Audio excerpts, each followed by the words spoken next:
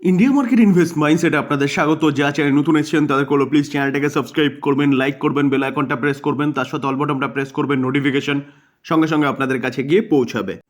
Hindustan aeronautic limited কোম্পানিটা ভারতবর্ষের একমাত্র কোম্পানি যেই কোম্পানিটা fighter aircraft, fighter helicopter, aerospace বলুন, ড্রোন সেগমেন্টে বলুন, এইসব সেগমেন্টে কোম্পানিটা কাজ করে এবং মনোপলি বিজনেস করে, যেখানে ভারতবর্ষে এর কম্পিটিটার কেউ নেই। কোম্পানিটাকে দেখলে দেখাবে আজকের দিনে ফ্ল্যাট টাইপ পজিটিভ মুভমেন্ট দেখিয়েছে, যেখানে লাস্ট এক মাসে দেখলে দেখাবে কোম্পানিটা কিন্তু 32% একটা মুভমেন্ট দেখিয়েছে আপসাইড। তো আপসাইড মুভমেন্ট দেখানোর পিছনে কারণ কি? কারণ হচ্ছে যে ইঞ্জিন আসতে ডিলে আসছিল না বলে ইন্ডিয়ান এয়ারফোর্সকে তারা ঠিক টাইমে তেজাস ডেলিভার করতে পারছিল না, সেই ইঞ্জিন অবশেষে চলে এসছে।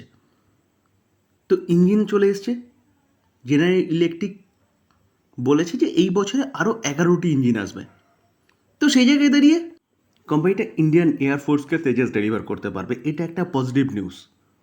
তার পাশাপাশি হেভি রিসেন্ট কোম্পানিটা 62,000 করোড়ের একটা কিন্তু ব্যাপক অর্ডার পেয়েছে ইন্ডিয়ান ডিফেন্স থেকে, যেখানে 156টি পোচেন হেলিকপ্টার তারা প্রোভাইড করবে নেভিকে এবং এয়ারফোর্সকে। তো এতগুলো গুড নিউজ পাওয়ার সঙ্গে সঙ্গে কিন্তু এই কোম্পানিটাকে নিয়ে ব্রোকিং হাউসরাও বুলিশ। ইউবিএস একটা দিগ্গজ ব্রোকিং হাউস, তারা বলছে 30% আপসাইড মুভমেন্ট দেখাতে পারে এই কোম্পানিটা মিনস এইচএল, যেখানে কোম্পানিটা আগে টার্গেট দিয়েছিল কত 4,800, সেখান থেকে টার্গেটটাকে কিন্তু তারা কি করেছে বাড়িয়েছে 5,440। ICICI securities domestic broking house, তারাও কিন্তু এইচএলকে নিয়ে বুলিশ এবং বাই রেকমেন্ডেশন দিচ্ছে। এইচএলকে টার্গেট দিচ্ছে কত 5,000। তো কারেন্ট মার্কেট প্রাইসে কিন্তু অনেকটা আপসাইড মুভমেন্টের কথা বলছে। তো আইসিআইসিআই সিকিউরিটিসের রিসার্চ রিপোর্ট কিন্তু আজকের দিনেই পাবলিশড হয়েছে। জাস্ট 5 দিন আগে মর্গান স্ট্যানলি তারাও কিন্তু এই কোম্পানিটাকে নিয়ে বুলিশ এবং এই কোম্পানিটাকে বাই রেকমেন্ডেশন দিচ্ছে এবং বলছে কত 21% আপসাইড মুভমেন্ট দেখাতে পারে। শুধু এই মর্গান স্ট্যানলি নয়, জেফ্রিজও কিন্তু একই কথা বলছে। কোম্পানি ভালো করছে, ব্রোকিং হাউসগুলো কিন্তু তাদের টার্গেটটাকে বাড়িয়ে দিচ্ছে, ভবিষ্যতে আরও ভালো করতে পারে কোম্পানিটা। তার জন্যই কিন্তু ব্রোকিং হাউসগুলো এই কোম্পানিটাকে নিয়ে বলিস। তবে ডিসক্লেমার দিয়ে রাখি স্যার, নিউজ পাওয়া যাচ্ছে তার জন্য আলোচনা করলাম, এটাকে কেউ বাই রেকমেন্ডেশন হিসেবে নেবেন না এবং কালকে মার্কেট ওপেন হলে গিয়ে বাই করবেন না। অবশ্যই বাই করার আগে কিন্তু ভালো মতন অ্যানালাইসিস করবেন কোম্পানি কাজ কী করে, কোম্পানির কাজ কতটা মানে বলতে পারেন ফিউচার ওরিয়েন্টেড। তো সেই জায়গায় দাঁড়িয়ে ভালো মতন অ্যানালাইসিস করে তারপরে গিয়ে কিন্তু এই কোম্পানি বাই করার কথা চিন্তা ভাবনা করবেন। এমসিএক্স মাল্টি কমোডিটি এক্সচেঞ্জ, একটা এক্সচেঞ্জ যেটা কমোডিটি ট্রেড করে। তো আজকের দিনে দেখলে দেখাবে কোম্পানিটা প্রায় 3% মতন একটা ভালো আপসাইড মুভমেন্ট দেখাচ্ছে। যদিও বা আজকের দিনে কোম্পানি যথেষ্ট ভালো মুভমেন্ট দেখিয়েছে, কিন্তু এই কোম্পানিটাকে নিয়ে কিন্তু একটা ব্রোকিং হাউস নেগেটিভ কথা বলছে। দেখুন কোন ব্রোকিং হাউস, সেই ইউবিএস কাট করছে টার্গেট, বলছে কত 35% ডাউন সাইড মুভমেন্ট দেখাতে পারে এমসিএক্স।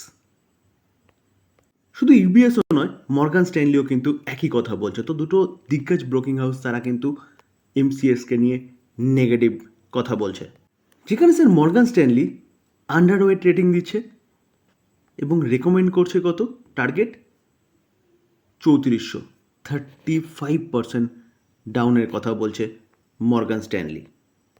আর সুইস ইনভেস্টমেন্ট ব্যাংক ইউবিএস তারা তারা যদিও বা বাই রেটিং দিচ্ছে, কিন্তু টার্গেট কি করেছে, টার্গেটকে কাট করেছে 7%।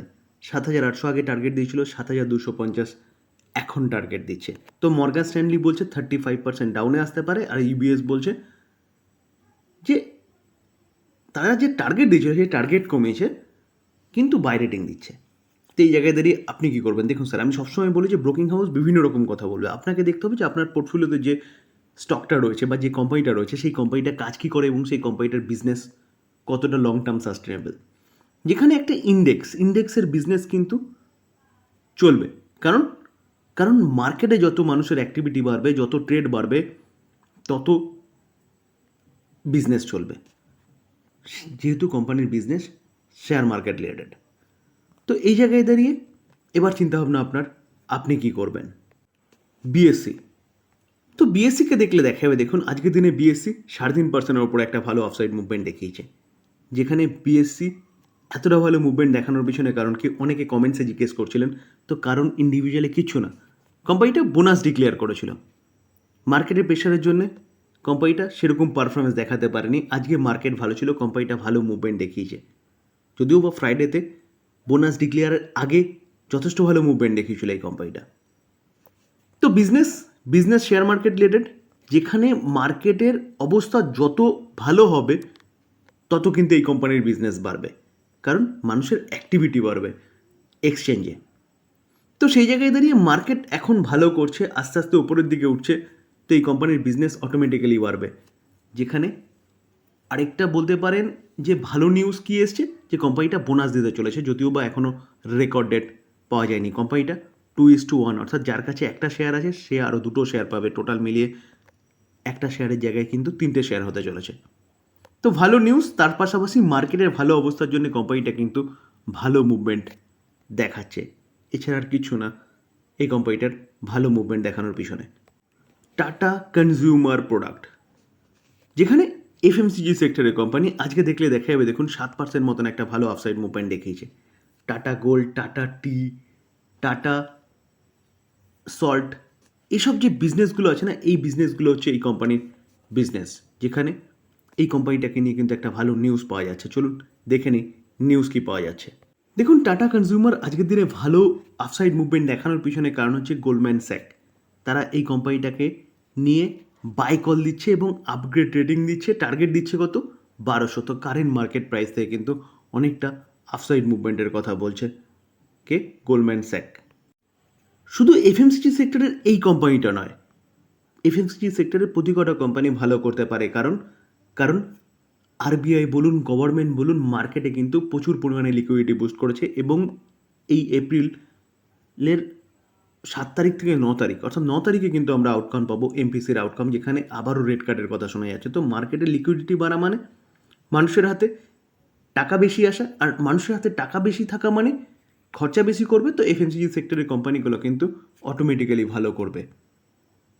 তো এই জায়গায় দাঁড়িয়ে কিন্তু এই কারণেই গোল্ডম্যান স্যাক টাটা কনজিউমারকে কিন্তু 1200 টার্গেট দিচ্ছে। স্যার এনএসডিএল এবং সিডিএসএল দুটো ডিপোজিটারি, যেখানে সিডিএসএল বলতে পারেন ম্যাক্সিমাম মার্কেট ক্যাপচার করে রেখেছে শেয়ার মার্কেটের related, demat account open related. তো এনএসডিএল তারপরেই রয়েছে।